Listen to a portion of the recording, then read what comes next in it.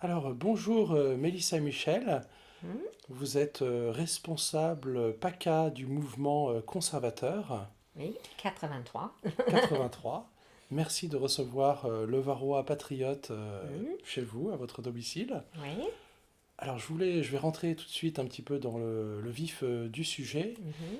Qu'est-ce que le mouvement conservateur et quelles sont ses origines? Si vous pouvez nous refaire un petit historique. Ok. Alors, nous avons presque 10 ans. Il faut savoir que le mouvement conservateur est né sous un autre nom, Sens commun.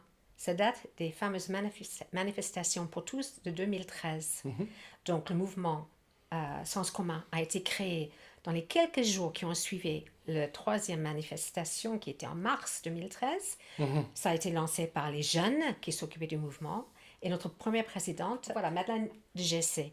Ok. Sens commun a suivi son bonhomme de chemin pendant plusieurs années. Il a été très vite et de manière assez sévère le cible des médias comme étant un mouvement affreux parce qu'ils étaient pour le mariage homme-femme et pour le fait que les enfants puissent avoir un papa et une maman. Alors, le base philosophique du sens commun, donc, était réconcilier la politique avec le réel. Parce qu'on estimait que le fait de dire une maman et un papa, c'est la même chose, que c'est pas réel, c'était ignorer la réalité, et de dire que l'union d'un homme et un autre homme, ou une femme et une autre femme, était exactement la même chose. On a dit non, c'est différent. On vous demande de reconnaître que c'est différent. Donc, Oui. politique basée sur le réel. On a suivi notre bonhomme de chemin, on a été attaqué plusieurs fois, enfin, dans les médias, etc. Mhm. Et puis, qu'est-ce qui s'est passé en, il me semble, 2017, on a eu un congrès qui était très intéressant, mais nos gentils copains des médias français ont annoncé, je crois que c'était le vendredi soir, donc juste avant le début du congrès, que, mon Dieu, c'est affreux, notre président, à ce moment-là, avait dit dans un article de journal qui datait déjà de 3 mois qu'il pouvait éventuellement organiser une table ronde et que les gens de toutes les droites, même à l'époque, mademoiselle Marion Maréchal, pouvaient participer. À ce moment-là, vous le savez bien, elle était encore au Rassemblement national. Et à l'époque, on arrivait toujours à gober aux Français que c'était des gens affreux. Bon, les choses Mhm. ont bien avancé depuis. Mhm. Merci, mon Mhm. Dieu. Mhm. Ok, donc ça s'est passé, mais ça a été la catastrophe. Catastrophe à bord. La fin de ce fameux congrès était très très triste. Contre la volonté de pas mal d'adhérents, notre président a décidé de démissionner pour ne pas tirer vers le bas ou faire rentrer dans un scandale beaucoup plus important le mouvement. Nous avons passé depuis octobre jusqu'au mois de mai sans président. Les médias, les autres, nos adversaires politiques étaient sûrs qu'on était morts et enterrés. Silence radio.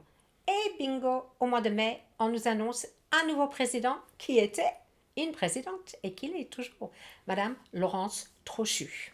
Voilà. Donc Laurence est devenue présidente et quelques temps après, à peu près 18 mois après, on est arrivé à la période du Covid et puis le premier confinement. À ce moment-là, notre bureau national a dit il ne faut pas rester là triste dans notre coin, il faut bosser. Qu'est-ce que l'on va faire? Mhm. Et ils ont écrit et organisé une consultation nationale en posant des questions genre pour vous, voilà, qu'est-ce que vous pensez du conservatisme? Qu'est-ce que vous aimeriez? On a eu 230 000 réponses, c'est pas mal.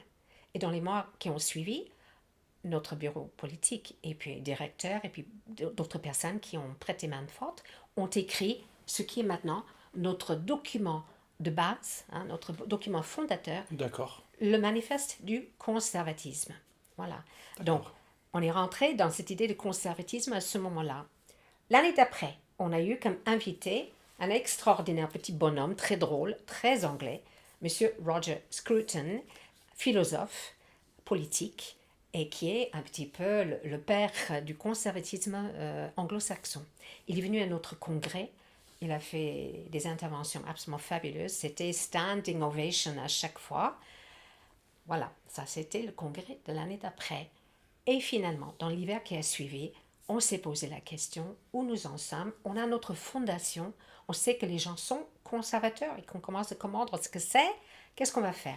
Est-ce qu'on change le nom de notre Mhm. mouvement? Mhm. Des gens étaient pour, des gens étaient contre. Beaucoup de gens qui avaient été aux manifs tenait beaucoup à sens commun. Mais en fin de compte, je pense qu'il y a à peu près 85% des adhérents qui ont accepté et voté pour le changement de nom. D'accord. Le mouvement conservateur. Très Voilà. bien. Alors c'est vrai que le terme de conservateur n'est pas un terme très populaire en France, Oui, hein. oui, oui. J'ai l'impression que pour le commun des Français, ça renvoie un petit peu l'idée d'un mouvement qui serait figé dans le passé. Mhm, mhm, J'imagine bien que c'est pas comme ça que vous l'entendez. Est-ce que vous mhm, pouvez un petit peu expliciter ce mot conservateur, conservatisme, mhm. comment le comprendre? D'accord. Mais de manière très simple, le conservatisme est d'abord une philosophie politique qui est basée sur l'attachement. On ne dit pas que les choses ne doivent pas changer, mais on dit aux gens, attention, vous avez à 100%, 150% le droit d'être attaché à votre famille, à votre époux, votre épouse, votre famille, votre quartier, votre maison, votre voisinage. Vous avez le droit d'être attaché.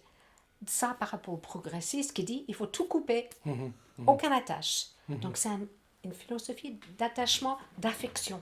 Oui, d'accord. Alors, pour que les gens puissent comprendre de manière assez simple, nous disons que le conservatisme est basé sur 5 verbes. 5 D'accord. verbes. Le premier, toujours complètement opposé au progressisme folle, recevoir. On dit vous recevez des choses, vous êtes héritier Mhm. d'une région, d'une culture, d'une langue, d'une histoire. Vous êtes héritier et vous pouvez être heureux d'être hérité. Recevoir, aimer. Le conservateur aime ce qu'il a reçu Mhm. et il vit dans le présent. Il aime dans le présent. Oui, le Oui. château de Versailles. On aime le château de Versailles, pas parce qu'il était beau il y a 3 siècles, mais parce qu'il est quand même beau aujourd'hui. On l'a reçu et on l'aime.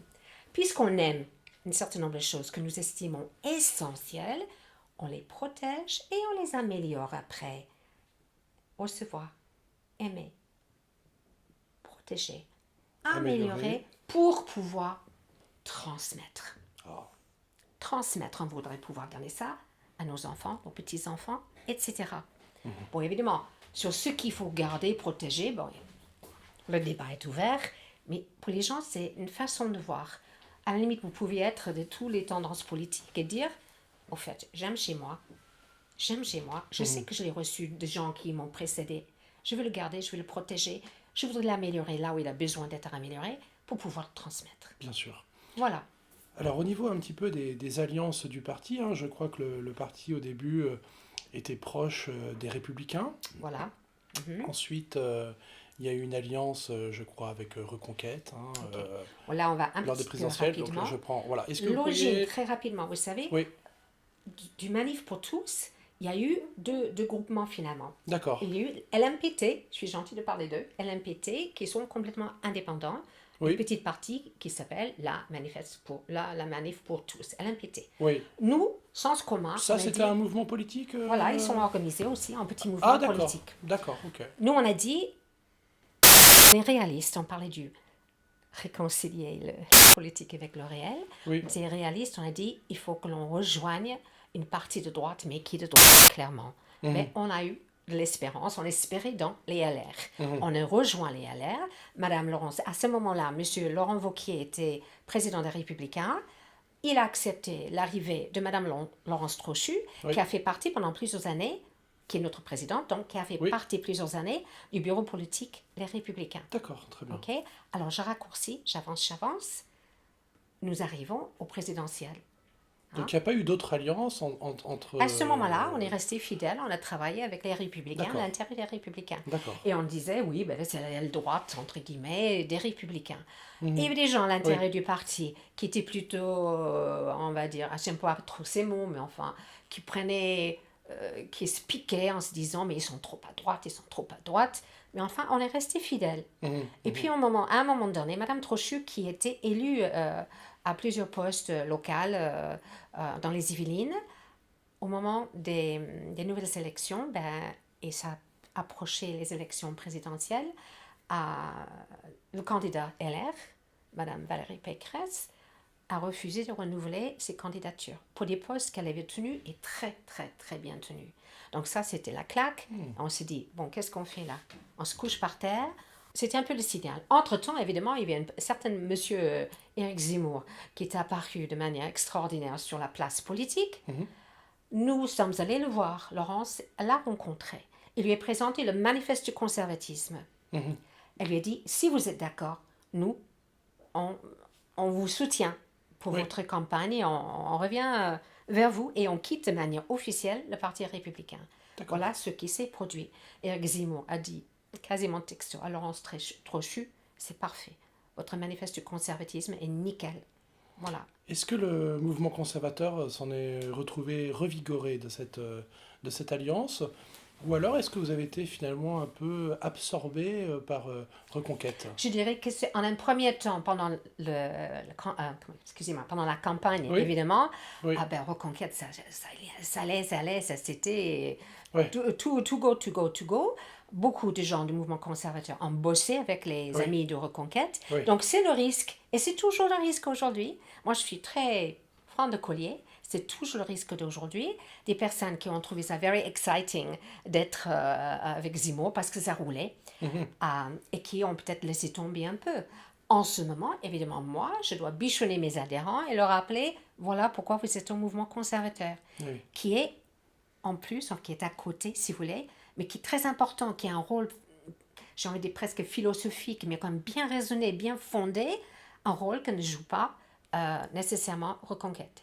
Il faut dire que pour la création du plateforme de M. Éric Zemmour, Reconquête avait des contributions extrêmement importantes. On a été très, très, très présents. Alors, certaines personnes pourraient dire, oh là, ils ont fait, comme vous dites en français, les idiots utiles, je sais oui, pas quoi. Non, je crois qu'on a été surtout les utiles, très utiles, et on le reste.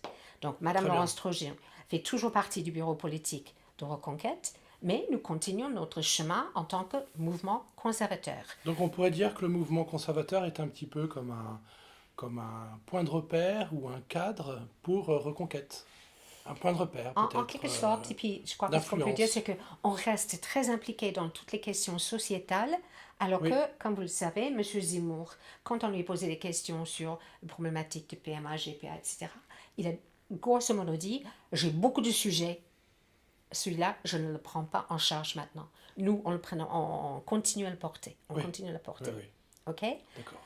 Alors est-ce qu'au mouvement conservateur, on croit en l'union des droites et j'ai envie de dire l'union des droites et des patriotes, hein, qu'il ne faut pas, Ah, de manière OK. peut-être un petit peu plus Oui, oui, oui, globale, oui, oui. plus rassembleuse. Nous espérons que les gens de droite, les gens vraiment de droite, c'est pour ça qu'on parlait beaucoup, ce conservatisme qui fait un socle pour tout le monde. Toutes les personnes qui sont réellement à droite, ça fait un socle pour tout le monde. Mhm.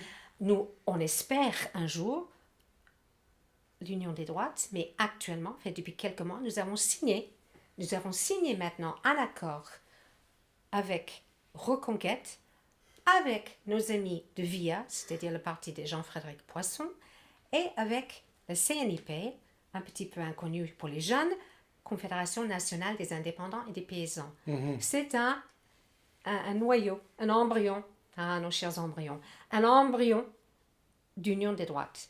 Et cet accord que nous avons signé, nous l'appelons vers l'alliance des droites. Et Est-ce- on va essayer D'accord, d'encourager tout très le bien. monde de venir discuter avec nous. Est-ce que vous gardez dans cette alliance des droites votre autonomie en tant que parti propre?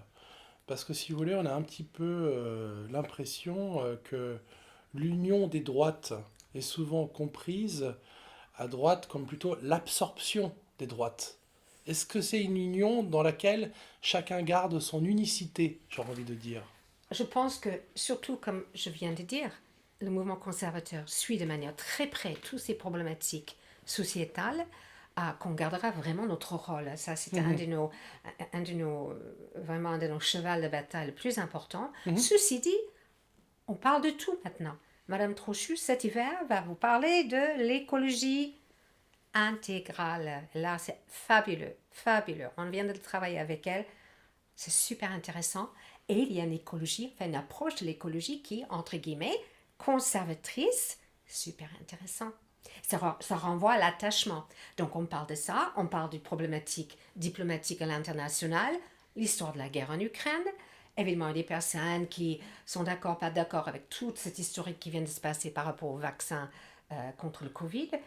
On a un point de vue sur tous les sujets qui sont sur la table actuellement en France par rapport à la politique.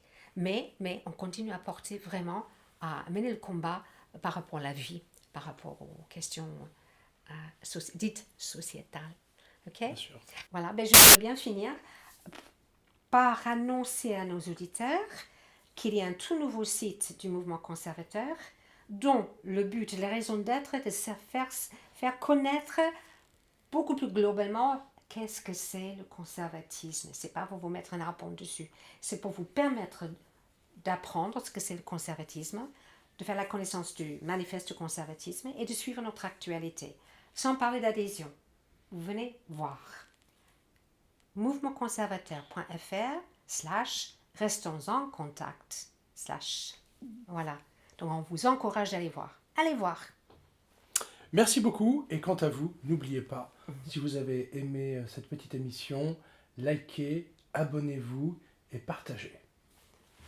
In English, ladies and gentlemen, like, facile à traduire, n'est-ce pas? Share, subscribe, and if you've got a little money in your pocket, contribute. Thank you very much.